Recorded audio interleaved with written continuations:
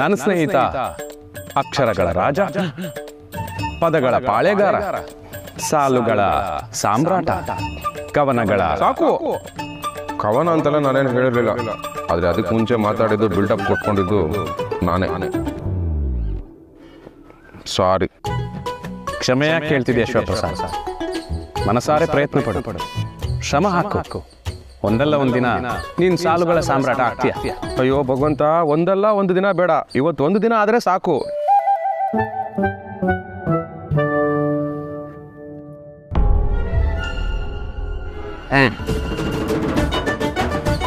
ಏನ್ ಮಾಡ್ತಿದ್ಯಾ ಶಿವಪ್ರಸಾದ್? ಕವಿರತ್ನ ಕಾಳಿದಾಸ ಪಿಕ್ಚರಲ್ಲಿ ಅಣ್ಣವ್ರ ನಾಲ್ಗೆ ಮೇಲೆ ಕಾಳಿ ಮಾತೆ ಓಂ ಅಂತ ಬರೀತಾರೆ.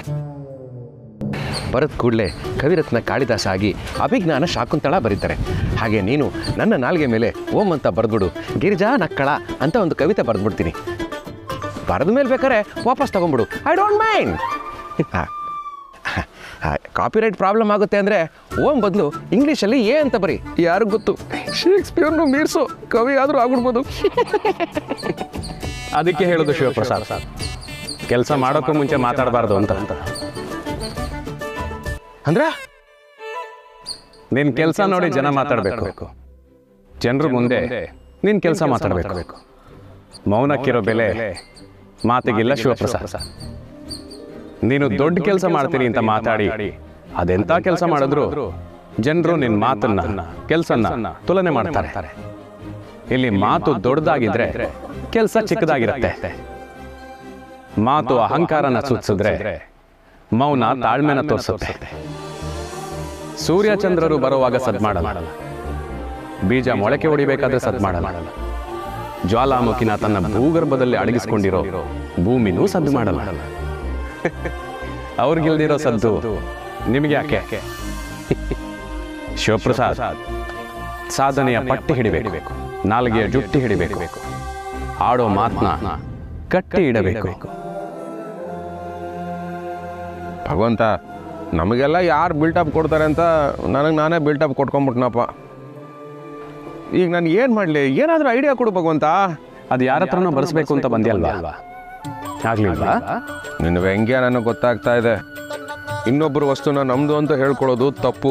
ಇದನ್ನು ಅರ್ಥ ಮಾಡಿಸ್ತಾ ಇದೆ ಅಂತ ನನಗೆ ಗೊತ್ತಾಗ್ತಾ ಇದೆ. ಭಗವಂತ, ನನ್ನ ಕಷ್ಟ ನೋಡಿ ನಿನಗೆ ಕನಿಕರ ಉಕ್ಕಿ ಹರಿದು ಬಂದು ನೀನೇ ಯಾಕೆ ನನಗೊಂದು 10 ಸಾಲು ಭಗವಂತ. ಹಾ, ಇನ್ನೊಬ್ಬರು ವಸ್ತುನ ನಮ್ಮದು ಅಂತ ಹೇಳ್ಕೋಬಾರ್ದು. ಅದನ್ನು ಈಗಷ್ಟೇ ನನಗೆ ತಿಳಿಸಿ ಹೇಳಿದೆ. ಈಗ ನಾನು ಏನು ಮಾಡಲಿ? ಅಯ್ಯೋ, ಮದುವೆಗೆ ಮುಂಚೆ ಎಂತೆಂಥ ಲೈನ್ ಬರಿತಾ ಇದ್ದೆ. ಮದುವೆ ಆದಮೇಲೆ ಒಂದು ಸ್ಟ್ರೈಟ್ ಲೈನು, ಒಂದು ಹಾರಿಜಾಂಟಲ್ ಲೈನು, ಒಂದು ಸ್ಲ್ಯಾಂಟಿಂಗ್ ಲೈನ್ ಕೂಡ ನನ್ನ ಕೈಯಲ್ಲಿ ಬರೆಯೋಕ್ಕಾಗ್ತಾ ಇಲ್ವೇ? ಶಿವಪ್ರಸಾದ್, ಅವಮಾನ. ಗಿರಿಜಾಗಿ ಈ ವಿಷಯ ಗೊತ್ತಾದರೆ ಪಾಪ ಎಷ್ಟು ನೊಂದ್ಕೊಳ್ತಾಳೆ. ಶಿವಪ್ರಸಾದ್, ಅವಮಾನ ಇರಲಿ, ನಾನು ಪಟ್ಟು ಬಿಡಲ್ಲ. 10 ಲೈನ್ ಬರೆಯೋಕ್ಕಾಗದಿದ್ರೇನಂತೆ, ಅದಕ್ಕೊಂದು ಪರಿಹಾರ ಕೊಡ್ತೀನಿ.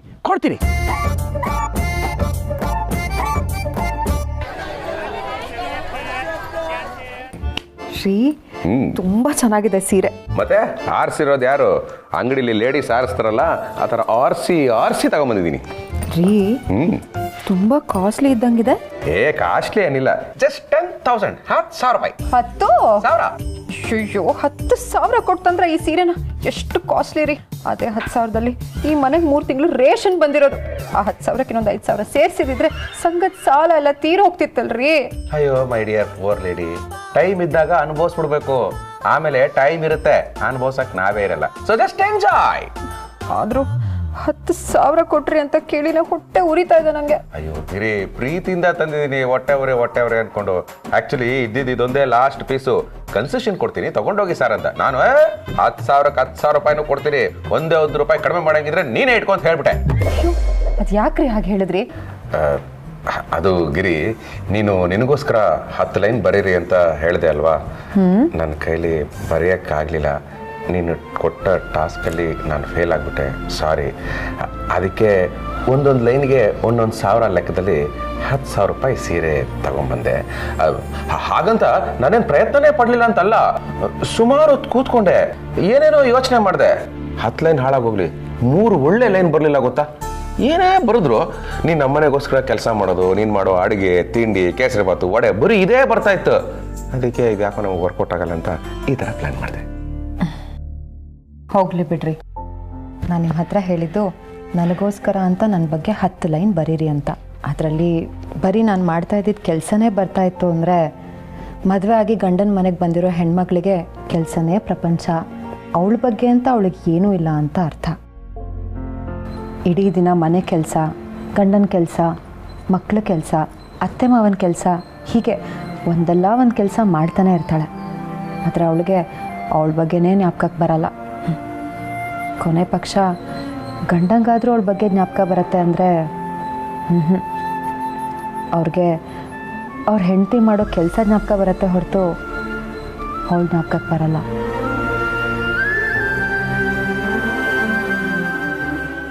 ಇದು ನನ್ನೊಬ್ಳ ಕತೆ ಅಲ್ಲ ರೀ, ನನ್ನ ಹಾಗೆ ಮನೇಲೇ ಇದ್ದು ಮನೆಗೋಸ್ಕರ ದುಡಿಯೋ ಪ್ರತಿಯೊಂದು ಗೃಹಿಣಿಯ ಕಥೆ ಇದು. ಬೇಕಾದರೆ ಅವ್ರವ್ರ ಗಂಡಂದ್ರ ಹತ್ರ ಕೇಳಿ ನೋಡಲಿ, ಅವ್ರಿಗೆ ಗೊತ್ತಾಗತ್ತೆ. 10,000 ರೂಪಾಯಿ ಸೀರೆ ಕೊಟ್ಟರೆ ನಂಗೆ ಸಮಾಧಾನ ಆಗೋಗುತ್ತೆ ಅಂದ್ಕೊಂಡ್ರಾ? ಇಲ್ಲ ರೀ, ನಮಗೆ ಬೇಕಾಗಿರೋದು ಈ ವಸ್ತುಗಳಲ್ಲ, ನಿಮ್ಮ ಪ್ರೀತಿ. ನೀವು ನಮಗೋಸ್ಕರ ಅಂತ ನಮ್ಮ ಜೊತೆ ಕೂತ್ಕೊಂಡು ಒಂದು 4 ಪ್ರೀತಿಯಿಂದ ಮಾತಾಡ್ಬಿಟ್ರೆ ಅಷ್ಟೇ ಸಾಕು. ನಾವು ಹೆಣ್ಮಕ್ಳು ಬೇಗ ಕರ್ಗೋಗ್ತೀವಿ.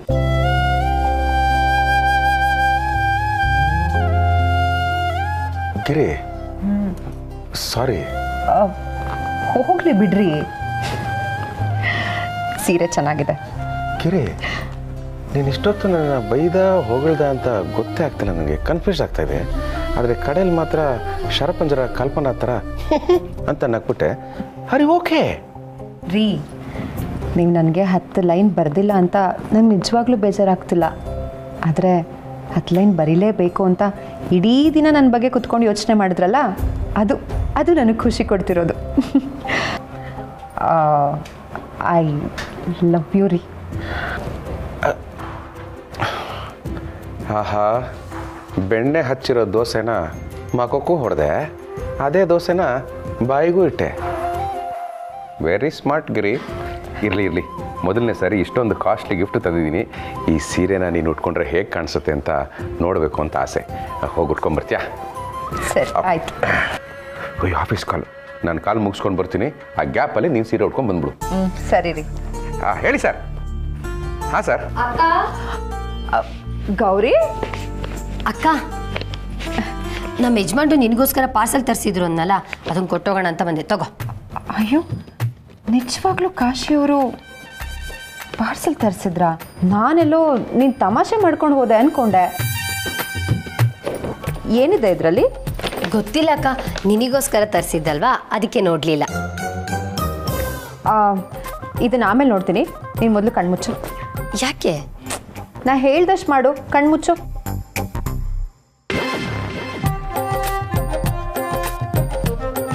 ಕಣ್ಬಿಡು. ವಾವ್ ಅಕ್ಕ, ಇದೇ ನನ್ನ ಫೇವ್ರೆಟ್ ಸೀರೆ. ಇದಕ್ಕೋಸ್ಕರನೇ ನಾನು ಅವ್ರ ಜೊತೆ ಅವತ್ತಿಂದ ಇವತ್ತವರೆಗೂ ಕೋಪ ಮಾಡ್ಕೊಂಡಿದ್ದು. ಥ್ಯಾಂಕ್ ಯು ಅಕ್ಕ, ಥ್ಯಾಂಕ್ ಯು ಸೋ ಮಚ್. ನಾನು ತುಂಬ ಇಷ್ಟಪಟ್ಟು ಸೀರೆ ಇದೆ, ಈಗಲೇ ಉಟ್ಕೊಂಡ್ಬರ್ತೀನಿ, ಇರು. ಅಲ್ಲ ಗೌರಿ, ನನ್ನ ಗಿಫ್ಟ್ನ ಬೇರೆಯವ್ರು ಯಾರು ಬಳಸಬಾರ್ದು ಅಂತ ಹೆಸರು ಹೇಳ್ಬೇಕು ನಿನಗೆ. ಅಯ್ಯೋ ದೇವ್ರೆ, ಇವ್ರು ನನಗೆ ಅಂತ ಕೊಟ್ಟಿದ್ದ ಸೀರೆನ ನಾನು ಉಟ್ಕೊಂಡ್ಬರ್ತೀನಿ ಅಂತ ಇವ್ರು ತೊಗೊಂಡು ಹೋಗ್ಬಿಟ್ಲಲ್ಲ. ಏನು ಮಾಡ್ಲಪ್ಪ? ಮೊದಲೇ ಇವ್ರು ಕೊಟ್ಟಿರೋ ಗಿಫ್ಟ್ನ ಬೇರೆ ಯಾರಿಗಾದ್ರೂ ಕೊಟ್ಟರೆ ಇಷ್ಟ ಆಗಲ್ಲ. ಈಗ ಇವಳು ಸೀರೆ ಉಟ್ಕೊಂಡು ಬಂದುಬಿಟ್ರೆ ಪಾಪ ಇವರೆಷ್ಟು ನೊಂದ್ಕೋತಾರೋ ಏನೋ. ಅಯ್ಯೋ, ಏನಪ್ಪ ಮಾಡಲಿ? ಗಿರ್ಜಮ್ಮ, ಓ ಗಿರ್ಜಮ್ಮ. ಕಾಶಿ ಅವರೇ, ನಮ್ಮ ಗೌರಿ ಎಲ್ಲರೂ ಈ ಕಡೆ ಬಂದಳ? ಹಾಂ, ಅದು ಓ ಕಾಶರೇ, ಯಾವ ಬಂದ್ರೆ? ಈಗ ಗಿರಿ, ನಾನು ಕಾಲ್ ಮುಗಿಸ್ಕೊಂಡು ಬಂದೆ, ನೀನು ಇನ್ನೂ ಇಲ್ಲ ನಿಂತಿದ್ಯಲ್ಲ, ಬೇಗ ಹೋಗು. ಅದು ರೀ ಸೀರೆ. ಅದು ಇಲ್ಲ ಇದು ಇಲ್ಲ, ನಾನು ಎಷ್ಟು ಎಕ್ಸೈಟ್ ಆಗಿದ್ದೀನಿ, ಹೋಗು. ಆಮೇಲೆ ಸರಿ, ಕೈ ಕೊಡಲಿಲ್ಲ, ಕೊಡಿ.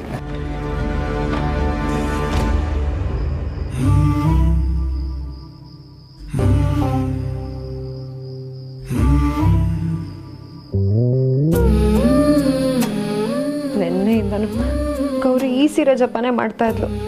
ಇವರು ಇದೇ ಥರ ಸೀರೆ ತರ್ತಾರೆ ಅಂತ ನನಗೆ ಮೊದಲೇ ಗೊತ್ತಿದ್ರೆ ರೀ ಬೇಡ ರೀ, ಗೌರಿಗೆ ಆ ಸೀರೆ ಅಂದರೆ ತುಂಬ ಇಷ್ಟ, ಅವಳಿಗೆ ಕೊಟ್ಬಿಡೋಣ ಅಂತ ಹೇಳ್ತಾ ಇದ್ದೆ. ಇವ್ರಿಗೆ ಬೇರೆ ನನಗೆ ಅಂತ ಇವ್ರು ಕೊಟ್ಟಿರೋ ಗಿಫ್ಟ್ನ ಬೇರೆ ಯಾರಿಗಾದ್ರೂ ಕೊಟ್ಟರೆ ಸಹಿಸ್ಕೊಳಕ್ಕಾಗಲ್ಲ. ಹಾಗಂತ ಗೌರಿ ಮನ್ಸು ನೋಯ್ಸೋಕ್ಕೂ ನನಗಿಷ್ಟ ಆಗಲಿಲ್ವೇ? ನಾನು ಏನಪ್ಪ ಮಾಡಲಿ ದೇವ್ರೆ ಈಗ? ಗಿರಿ ಎಷ್ಟೊತ್ತು ಮಾಡ್ತೀಯ ನೋಡ, ಎಷ್ಟು ಎಕ್ಸೈಟೆಡ್ ಆಗಿ ಕಾಯ್ತಾ ಇದ್ದೀನಿ ನಾನು. ಅಕ್ಕ ಸೀರೆ ಕಾಣ್ತಿದೆ.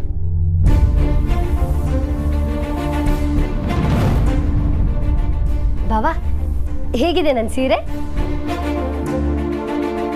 ಹೇಳ್ದ ಗೌರಿ. ಬೇಡ, ಸೀರೆ ಕೊಡಿಸ್ದೇ ಇದ್ದವರು ಕಮೆಂಟ್ ಕೂಡ ಮಾಡಬಾರ್ದು. ಬಾವಾ ನೀವ್ ಹೇಳಿ ಹೇಗಿದೆ ನನ್ನ ಸೀರೆ? ನಿನ್ ಸೀರೆನಾ? ಹಾ, ಅಕ್ಕ ಈಗ ತಾನೇ ನನಗೆ ಗಿಫ್ಟ್ ಮಾಡಿದ್ಲು.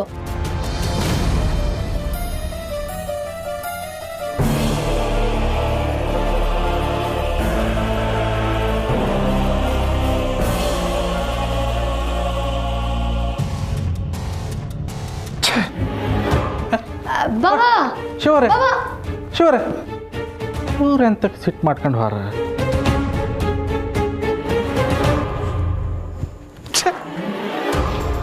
ನಾನು ಕೊಟ್ಟಿರೋ ಗಿಫ್ಟ್ನ ಬೇರೆ ಯಾರಿಗೂ ಕೊಡಬಾರ್ದು ಅಂತ ಮೊದಲೇ ಹೇಳಿದ್ದೀನಿ, ಆದರೂ ಅದೇ ತಪ್ಪು ಮಾಡಿದ್ದಾಳೆ.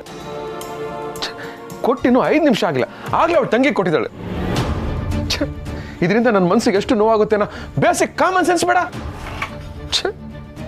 ಗಂಡ ಅನ್ನೋ ಪ್ರಾಣಿಗೆ ಬೆಲೆನೇ ಇಲ್ಲ. ತುಂಬಾ ಕೋಪ ಬರ್ತಿದ್ಯಾ ಶಿವಪ್ರಸಾದ್?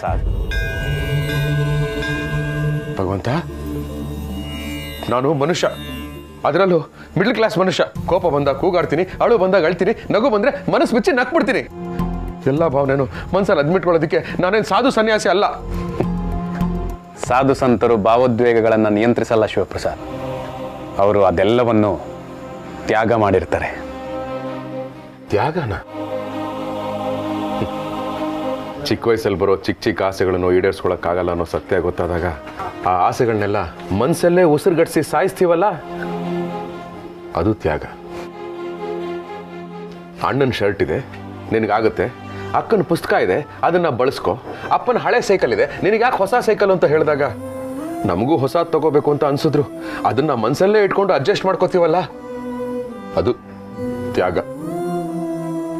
ನನ್ನ ಫ್ರೆಂಡ್ಸ್ ಎಲ್ಲ ಸೆಲ್ಫ್ ಸ್ಟಾರ್ಟ್ ಮಾಡೋ ಗಾಡೀಲಿ ಬರ್ತಾರೆ. ನನಗೂ ಆ ಥರ ಒಂದು ಗಾಡಿ ತಗೋಬೇಕು ಅನ್ನೋ ಆಸೆ ಇದೆ. ಆದರೆ ಆ ದುಡ್ಡಲ್ಲಿ ಮಕ್ಕಳಿಗೆ 1 ವರ್ಷದ ಸ್ಕೂಲ್ ಫೀಸ್ ಆಗುತ್ತಲ್ಲ ಅಂತ ಸುಮ್ಮನಾಗ್ತೀವಲ್ಲ, ಅದು ತ್ಯಾಗ. ಹೊಸ ಕನ್ನಡಕ ತಗೊಳ್ಳಿ, ಇಲ್ಲಾಂದ್ರೆ ನಿಮ್ಮ ಕಣ್ಣಿಗೆ ಪ್ರಾಬ್ಲಮ್ ಆಗುತ್ತೆ ಅಂತ ಡಾಕ್ಟರ್ ಹೇಳಿದ್ದಾರೆ. ಮತ್ತೆ ಕಣ್ಣಿನ ಚೆಕಪ್ ಹೋದ್ರೆ ಅಪ್ಪನ ಮಂಡಿ ಟ್ರೀಟ್ಮೆಂಟ್ಗೆ ಶಾರ್ಟೇಜ್ ಆಗುತ್ತೆ ಅಂತ ಇರೋದ್ರಲ್ಲೇ ಮ್ಯಾನೇಜ್ ಮಾಡ್ತಾ ಇದ್ದೀನಲ್ಲ, ಅದು ತ್ಯಾಗ.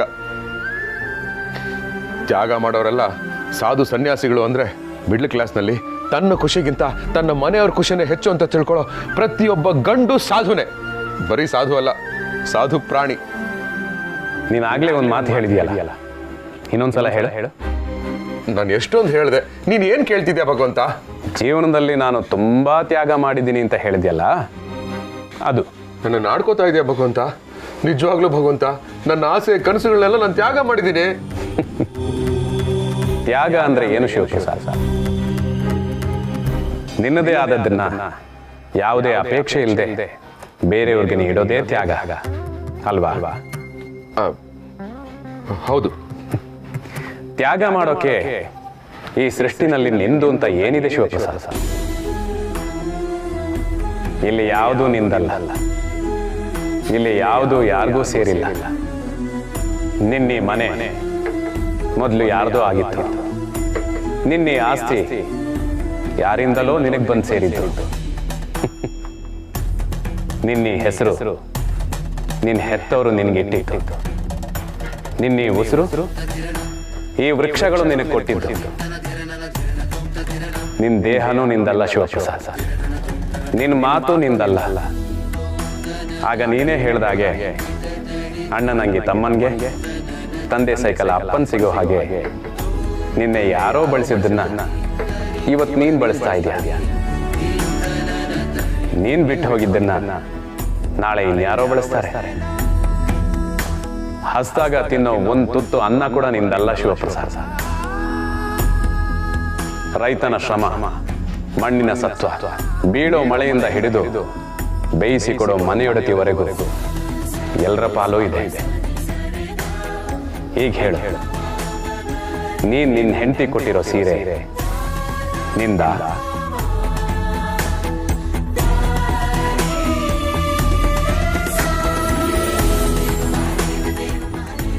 ಈ ಸೃಷ್ಟಿ ಮುಂದೆ ನಾನು ಏನೂ ಅಲ್ವೇ ಅಲ್ಲ ಅಂತ ಮಾತಲ್ಲೇ ಹೊಡೆದು ಹೇಳಿದೆ ಭಗವಂತ. ನಾನು ತಪ್ಪು ಮಾಡಿದೆ.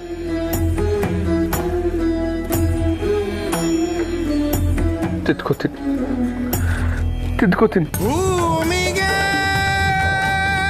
ಬಂದ ಭಗವಂತ. ನನ್ನ ಪೂಜೆಲಿ ಏನಾದರೂ ಹೆಚ್ಚು ಕಡಿಮೆ ಆಗಿದ್ರೆ ನಂಗೆ ನೀನು ಸೂಚನೆ ಕೊಡಬೇಕಾಗಿತ್ತು ಭಗವಂತ. ಅದು ಬಿಟ್ಟು ಈ ಥರ ಎಲ್ಲ ಮಾಡಿದ್ರೆ ನಾನು ತಾನೇ ಏನು ಮಾಡೋಕ್ಕಾಗುತ್ತೆ? ಪಾಪ ಅಷ್ಟೆಲ್ಲ ಆಸೆ ಇಟ್ಕೊಂಡಿರೋ ಗೌರಿ ಮನ್ಸಿಗೆ ನೋವಾಗೋದಕ್ಕೆ ನಾನು ಬಿಡಲ್ಲ. ಹಾಗಂತ ಇವ್ರಿಗೆ ನೋವಾದರೂ ನಂಗೆ ಸಹಿಸ್ಕೊಳಕ್ಕಾಗಲ್ಲ. ಶೋ, ಏನಪ್ಪ ಮಾಡಲಿ? ಪರವಾಗಿಲ್ಲ, ಇವ್ರಿಗೆ ಏನೋ ಒಂದು ಹೇಳಿ ಸಮಾಧಾನ ಮಾಡ್ತೀನಿ.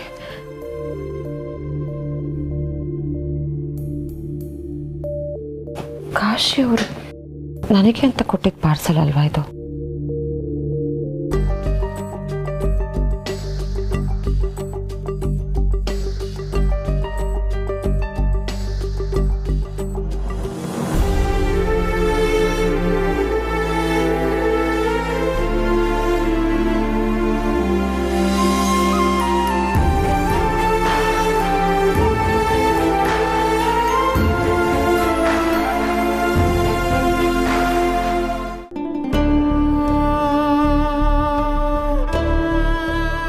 ಕಾಶಿ, ಗೌರಿ, ಇದೇನಿದು?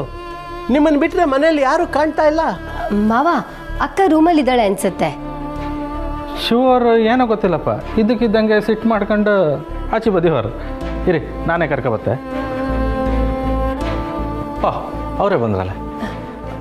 ಬಾವ, ಯಾಕಾಗಲೇ ಕೋಪ ಮಾಡ್ಕೊಂಡೋದ್ರಿ? ಏನಾಯ್ತು? ಕೋಪನಾ? ಯಾಕೋ ಶಿವು, ಏನಾಯ್ತು? ಏನಿಲ್ಲಪ್ಪ, ಒಂದು ವಿಚಾರದ ಬಗ್ಗೆ ಒಬ್ಬರ ಹತ್ರ ಕ್ಲಾರಿಟಿ ತಗೋಬೇಕಾಗಿತ್ತು. ಈಗ ಕ್ಲಾರಿಟಿ ಸಿಕ್ತು. ಗೌರಿ, ನಿಜವಾಗ್ಲೂ ಈ ಸೀರೆ ನಿಂಗೆ ತುಂಬ ಚೆನ್ನಾಗಿ ಒಪ್ಪುತ್ತೆ. ಗಿರಿ ಸೆಲೆಕ್ಷನ್ನು ತುಂಬ ಚೆನ್ನಾಗಿದೆ. ನಿನ್ನ ಪರವಾಗಿ ನಾನೇ ಅವಳಿಗೆ ಥ್ಯಾಂಕ್ಸ್ ಹೇಳ್ತೀನಿ ಈ ಸೀರೆ ನೀನು ಕೊಟ್ಟಿದ್ದಕ್ಕೆ. ನೋಡಿ ನಮ್ಮ ಅಕ್ಕ ಬಾವನ್ನ.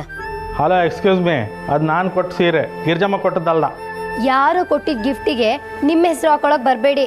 ಇದು ನಮ್ಮ ಅಕ್ಕ ನನಗೋಸ್ಕರ ಪ್ರೀತಿಯಿಂದ ಕೊಟ್ಟಿದ್ದು. ಏನಮ್ಮ ಗೌರಿ, ನೀನು ನೋಡಿದ್ರೆ ಅಕ್ಕ ಕೊಟ್ಟಿದ್ಲು ಅಂತ ಹೇಳ್ತೀಯ, ಕಾಶಿ ನೋಡಿದ್ರೆ ನಾನು ಕೊಟ್ಟಿದ್ದು ಅಂತ ಹೇಳ್ತಾರೆ. ಇರಲಿ, ಗಿರಿಜನ್ ಕೇಳ್ಬಿಡ್ತೀನಿ. ಗಿರಿಜಾ, ಗಿರಿಜಾ,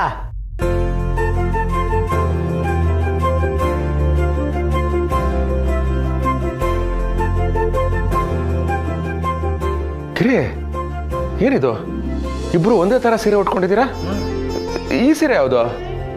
ಸಾರಿ ರೀ, ಅದೇನಾಯಿತು ಅಂದರೆ ನೀವು ನನಗೆ ಈ ಸೀರೆ ಕೊಟ್ಟು ಉಟ್ಕೊಂಬ ಅಂದ್ರಲ್ಲ, ಅಷ್ಟೊತ್ತಿಗೆ ಗೌರಿ ಮನೆಗೆ ಬಂದ್ಲು. ಅವಳಿಗೆ ಈ ಸೀರೆ ತೋರಿಸ್ತಿದ್ದಾಗೆ ಅಕ್ಕ ಇದನ್ನೇ ನಾನು ಇಷ್ಟಪಟ್ಟಿದ್ದು, ಥ್ಯಾಂಕ್ ಯು ಅಕ್ಕ ನಾನು ಗಿಫ್ಟ್ ಕೊಟ್ಟಿದ್ದಕ್ಕೆ ಅಂತ ಹೇಳಿ ಉಟ್ಕೊಂಬರೋದಕ್ಕೆ ಅಂತ ಹೋಗ್ಬಿಟ್ಲು. ನನಗೇನು ಹೇಳೋದಕ್ಕೂ ತೋಚಲಿಲ್ಲ ರೀ. ಈ ಕನ್ಫ್ಯೂಷನ್ ಎಲ್ಲ ಶುರುವಾದ ಒಂದೇ ನಮ್ನಿ 2 ಸೀರೆಯಿಂದ. ನಾನು ಗೌರಿ ಗಂಧಳಿ ಕಳಿಸಿ ಕೊಟ್ಟ ಸೀರೆನ ಅವಳು ಗಿರ್ಜಮ್ಮಂಗೆ ಕೊಟ್ಟಾಳೆ. ಶಿವರು ಗಿರ್ಜಮ್ಮಂಗೆ ಗಂಧಳಿ ತಂದ ಸೀರೆನ ಗೌರಿ ಉಟ್ಕೆ ಬಂದಾಳೆ. ಒಟ್ಟಿನಲ್ಲಿ ಈ ಕನ್ಫ್ಯೂಷನಿಗೆ ಒಂದು ಕ್ಲಾರಿಟಿ ಸಿಕ್ತಲ್ಲ, ಅಷ್ಟು ಸಾಕು.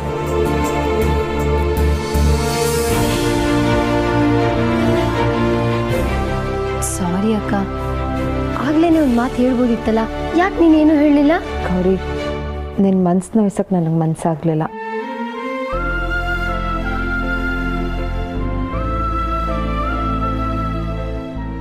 ಹಾಗಂತ ನೀನು ನಿಮ್ಮ ಮನಸ್ಸನ್ನ ನೋಯಿಸ್ಕೊಂಡ್ಬಿಟ್ಟಲ್ಲ ಅಕ್ಕ.